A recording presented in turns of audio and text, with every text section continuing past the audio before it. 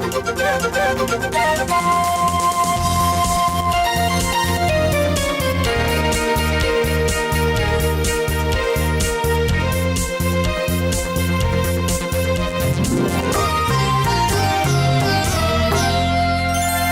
काठमाडौँ महानगरको दैनिक श्रव्य दृश्य प्रस्तुति हाम्रो काठमाडौँको आजको अङ्कमा यहाँलाई स्वागत छ। दर्शकबिन, कार्यक्रमको सुरुवातमा महानगर क्षेत्रभित्रका गतिविधि समेटेका छौँ। लागौँ प्रस्तुतितर्फ। काठमाडौँ महानगरपालिका वडा नम्बर 29 वडा नागरिक मञ्चले नेपाली सेनाका प्रधान सेनापति राजेन्द्र छेत्रीलाई शनिबार सम्मान तथा अभिनन्दन गरेको छ। प्रधान सेनापति छेत्रीलाई राष्ट्रकवि माधव प्रसाद घिमिरेले दोसला तथा खादा उडाएर अभिनन्दन गर्नुभएको हो। सोही वडाका बासिन्दा छेत्रीलाई वडावासीहरूले सफल कार्यकालको शुभकामना समेत दिएका छन्। कार्यक्रममा बोल्दै राष्ट्रकवि घिमिरेले नेपाली सेनाले देश र जनताका लागि पुर्याएको अमूल्य योगदानको चर्चा गर्नुभयो।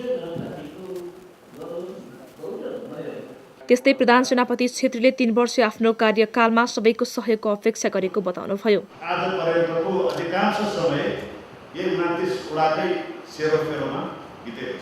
कार्यक्रममा पूर्व वडाध्यक्षहरू, वडा नागरिक मञ्चका पदाधिकारीहरू लगायत वडावासीहरूको उपस्थिति थियो। छेत्रीले गत भदौ 23 गतेबाट प्रधान सेनापतिको जिम्मेवारी सम्हाल्नु भएको हो।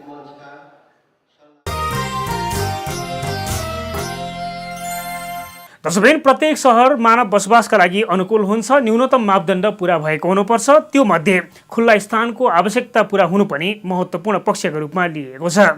यस वर्षको विश्व बसोबास दिवस सबैका लागि खुल्ला स्थान नारासहित अघि बढाइँदैछ। यसलाई काठमाडौँ महानगरले सञ्चालन गरेको हिँडौँ अभियान कार्यक्रमसँग पनि जोडेर हेरिएको छ। सन्दर्भमा तयार पारिएको सामग्री अबको प्रस्तुतिमा।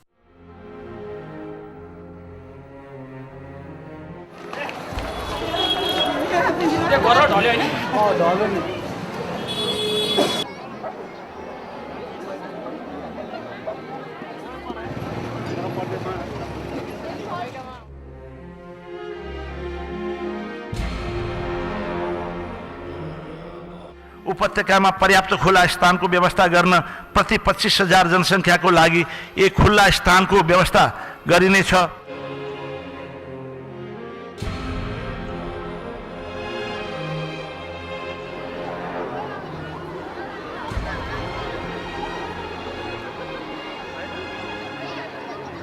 फोन अनि त्यहाँ भन्न भिनाजोकोमा पनि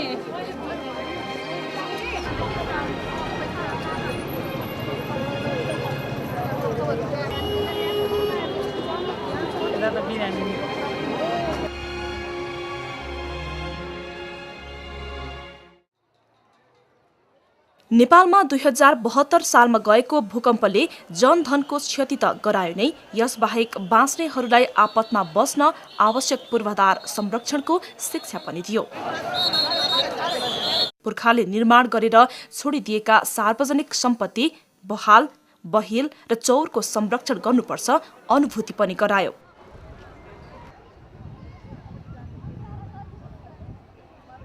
भूकम्पका समयमा व्यक्तिहरू जीवन खर्चेर निर्माण गरेको सम्पत्ति छोडेर ज्यान बचाउन खुल्ला स्थानमा भेला भए। त्यसले जीवनको आधारभूत आवश्यकतामा खुल्ला स्थानको अभाव पूर्ति गर्नु पनि हो भन्ने विषयलाई प्रमाणित गरिदियो। भूकम्पको समयमा खाना, पानी, शौचालयको आवश्यकता, औषधि जस्ता नभई नहुने चिज पाउनुभन्दा जीवन रक्षाका लागि खुल्ला स्थानको आवश्यकता पूरा गर्नु पहिलो जरुरी देखियो। त्यसैले घरमा भएका सबै चिज छोडेर मानिस खुल्ला ठाउँको खोजीमा लागे। चाहिन्छ आफ्नो घर बनाउनु खाली ठाउँ चाहियो। खुल्ला क्षेत्र हुन अति आवश्यक छ र मैले यस्तो सोचेको थिएँ आज लास्टै दिन हो। खुल्ला क्षेत्र चाहिन्छ भन्ने अनुभव भयो, किनभने मान्छेहरू भाग्दाखेरि घरै घर बिचमा त भाग्यो भने पनि घर भत्केर त थिच्छ। त्यो हुँदा खुल्ला क्षेत्र चाहिने रहेछ भन्ने अनुभव भयो। धेरै डरलाग्दो छ, गल्लीहरू छ, खुल्ला ठाउँ छैन। भवन निर्माण मापदण्डको पूर्ण पालना र खुल्ला स्थानको संरक्षण गरिदिएको भए प्रकोपका समयमा यति धेरै समस्या सहरवासीलाई पर्ने थिएन।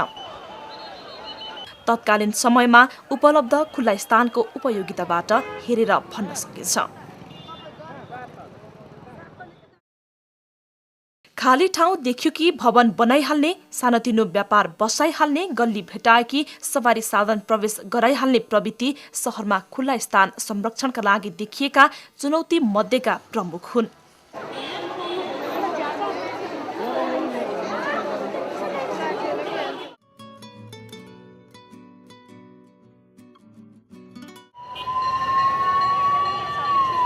प्राकृतिक प्रकोपमा भूकम्प, आगलागी, महामारी एवं जलवायु परिवर्तन जस्ता घटनाहरू पर्छन्। नेपालमा बर्ड फ्लू, स्वाइन फ्लू जस्ता नयाँ प्रकृतिका महामारी, औद्योगिक दुर्घटना, विस्फोटन, सडक दुर्घटना तथा विषालु पदार्थसँग सम्बन्धित विपदका घटनाहरू पनि हुने गरेका छन्।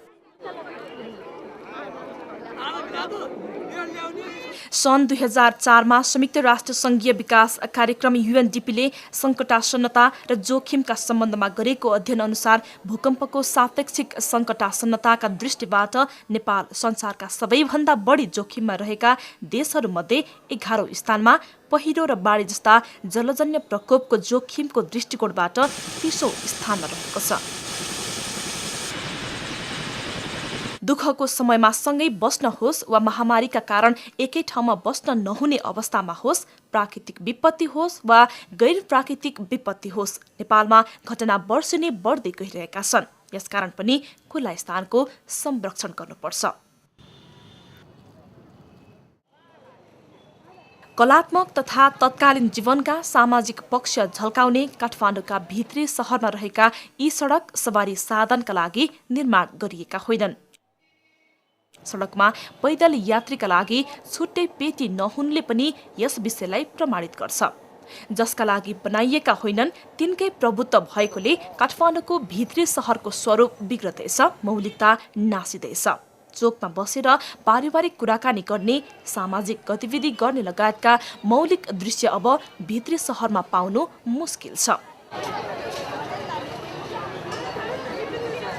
विपत्तिमा आश्रय लिन मात्र होइन, आफ्नो मौलिकता पहिचानको संरक्षणका लागि पनि अब खुल्ला स्थानको संरक्षण जरुरी छ। बदलिदो विश्व परिवेशमा मौलिकताभित्र खुल्ला स्थान कसरी व्यवस्थापन हुन्छ गहन प्रश्न छ। कतिपय निजी उपयोगको लागि, कतिपय सार्वजनिक उपयोगकै लागि पनि खुल्ला ठाउँलाई खुल्ला नराखिकन अरू हिसाबले चाहिँ यसलाई उपयोग गरिरहेको छ। त्यसैले त्यो उपयोगलाई चाहिँ हटाउनु पर्यो र खुल्लालाई खुल्लाको हिसाबले खुल्लासँग मिल्ने खालका उपयोगहरूमा चाहिँ त्यसलाई ल्याउने कोसिस गर्नु पर्यो। त्यो सम्भव छ। भौगोलिक अवस्था, जलवायु र आकारका दृष्टिले काठमाडौँ उपत्यका पैदल यात्रा र साइकल प्रयोगका लागि अनुकूल मानिन्छ। छोटो तथा मध्यम दूरीका लागि शहरमा प्रायजसो सबै ठाउँमा सजिलै हिँडेर र साइकलबाट पुग्न सकिन्छ। यसका लागि समेत मोटर गुड्ने सडक र साइकल तथा पैदल यात्री हिँड्ने क्षेत्र छुट्याउन सके खुल्ला स्थानको अभाव कम गराउन मद्दत पुग्ने देखिन्छ।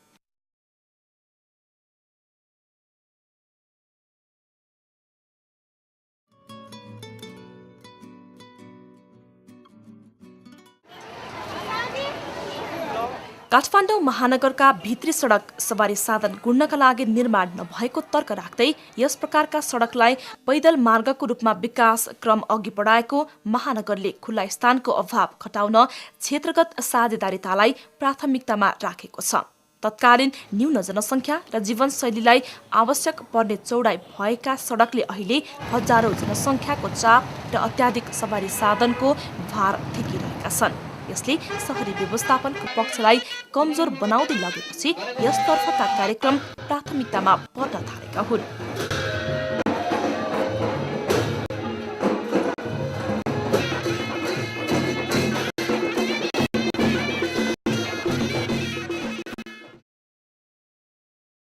काठमाडौँ शहरको भित्री भाग संरचना तयार गर्दा सवारी साधन गुड्नका लागि होइन, तत्कालीन मौलिक जीवन, सांस्कृतिक गतिविधि सञ्चालन र पैदल यात्राका लागि हो। त्यस क्षेत्रलाई जुन उपयोगका लागि निर्माण गरिएको हो त्यसै अनुसार भोग गर्नुपर्छ। यसले खुल्ला स्थानको अभाव घटाउने र वातावरणीय ह्रास कम गराउने कार्यमा सहयोग गर्छ, महानगरको बुझाइ छ। काठमाडौँको बसन्तपुर दरबार क्षेत्रलाई केन्द्र मान्ने हो भने त्यसभन्दा माथिल्लो भाग र तल्लो भागमा रहेका प्रत्येक बहाल, बहिल, चोक, ननी तथा गल्लीको सांस्कृतिक अर्थ र महत्त्व देखिन्छ। परम्परागत जीवनका कुनै न कुनै घटना वा विषयसँग यी स्थानहरूको सम्बन्ध छ। समय परिवर्तनसँग यी स्थानमा भएका कतिपय गतिविधिहरू सञ्चालन हुन छाडे भने कतिपय आंशिक रूपमा सञ्चालन हुन थाले। संस्कारको निरन्तरतामा नियमितता नभएपछि यी स्थानहरू अन्य कामको लागि समेत उपयोग हुन थाले। त्यसैको परिणाम अहिले काठमाडौँका भित्री भाग सांस्कृतिक भन्दा बढी व्यापारिक स्थान बनेको छ। यसै कारण सवारी साधन र मानिसहरूको बाक्लो आवाज जावत थपिँदै गएको छ। बस्तीको सुरक्षा खोजिरहँदा मौलिकता बिर्सन मिल्ने देखिँदैन। काठमाडौँ महानगरपालिकाको सम्पदा तथा पर्यटन विभागले भित्री शहरलाई पैदल यात्रा र साइकल यात्रा गर्ने स्थानका रूपमा विकास गर्न खोजेको छ। विगत वर्ष वर्ल्ड कार फ्री डे 2014 को सन्दर्भ पारेर महानगरले सम्बन्धित निकाय र विभिन्न गैर सरकारी संस्थाहरूसँगको सहकार्यमा हिडो काठमाडौँ कार्यक्रम प्रवर्धन गरेको थियो। सवारी साधनको चापले सम्पदा, परम्परागत जीवन पद्धति र वातावरणीय सुरक्षाका लागि पहिलो पटक महानगरका विभिन्न स्थानहरूमा फरक समय र दिनमा एक दिनका लागि सवारी प्रवेश निषेध गर्ने कार्यक्रम सम्पन्न गर्यो। भित्री सहरी क्षेत्रको जुन हाम्रो पूर्वजले आर्जेको सम्पदा स्थल छ, यो बाटो जुन चाहिँ सहर छ, त्यो सहरलाई पुनर्जागरित गर्ने, पुनर्निर्माण गर्ने र पुनर्जीवित बनाउने प्रयासमा हामीले यो कार्यक्रम अगाडि बढाएका हौँ। पोहोर साल नेपालमै पहिलो पटक मनाइएको कार फ्री डेको परिणामलाई पुरै सहरमा अभियान चलाउन सकिने भनिएको थियो, तर दिवस अतिरिक्त समयमा कार्यक्रमले निरन्तरता पाएको देखिएन। मानव बसोबासका लागि सहरलाई उपयुक्त बनाउन विज्ञानले प्रदान गरेका सुविधा भोग गर्ने क्रममा मानव स्वास्थ्य र वातावरणमा पर्ने असर कम गराउन यस प्रकारका कार्य उपयोगी हुने कुरामा दुई मत देखिँदैन। यसको सार्थकताका लागि हिडो काठमाडौँ अभियानमा प्राचीन वस्तु, कला, संस्कार र परम्परालाई क्रियाकलापहरूमा समावेश गराउनुपर्ने खाँचो भने यथावत छ।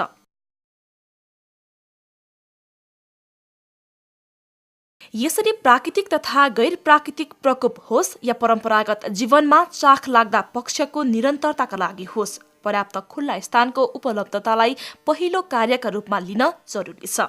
संरचना वा गैर संरचनागत जोखिम घटाउन तथा व्यवस्थापन गर्न खुल्ला स्थान नै पहिलो आवश्यकता हो। विपत्तिबाट बचेकाहरूको जिउन पाउने वातावरण तयार गर्न आवश्यक औषधि उपचार, खानपान लगायतका पक्षले पनि खुल्ला स्थानको उपलब्धतासँग सम्बन्ध राख्छन्। वातावरण सन्तुलित भए मात्र मानवीय सभ्यता संरक्षण हुन्छ, अन्यथा प्राणी जीवन नै सङ्कटमा पर्न सक्छ। यसका लागि पनि खुल्ला स्थान आवश्यकता पर्दछ। यस कोणबाट पनि वातावरणीय सुधार र मौलिकता प्रवर्धन गर्न खुल्ला स्थानको संरक्षण जरुरी छ। खुल्ला स्थानको संरक्षण गर्न हिडो काठमाडौँ जस्ता अभियान साझा अभियानका रूपमा सञ्चालन गर्न जरुरी छ। सबैले साथ दिने कि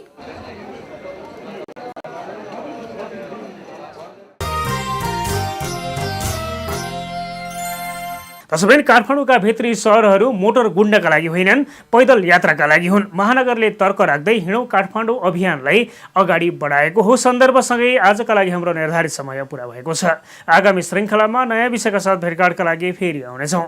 त्यतिन्जेलसम्मका लागि कार्यक्रमबाट आज्ञा चाहन्छौँ। नेपाल टेलिभिजन हेर्दै रहनुहोला। नमस्कार।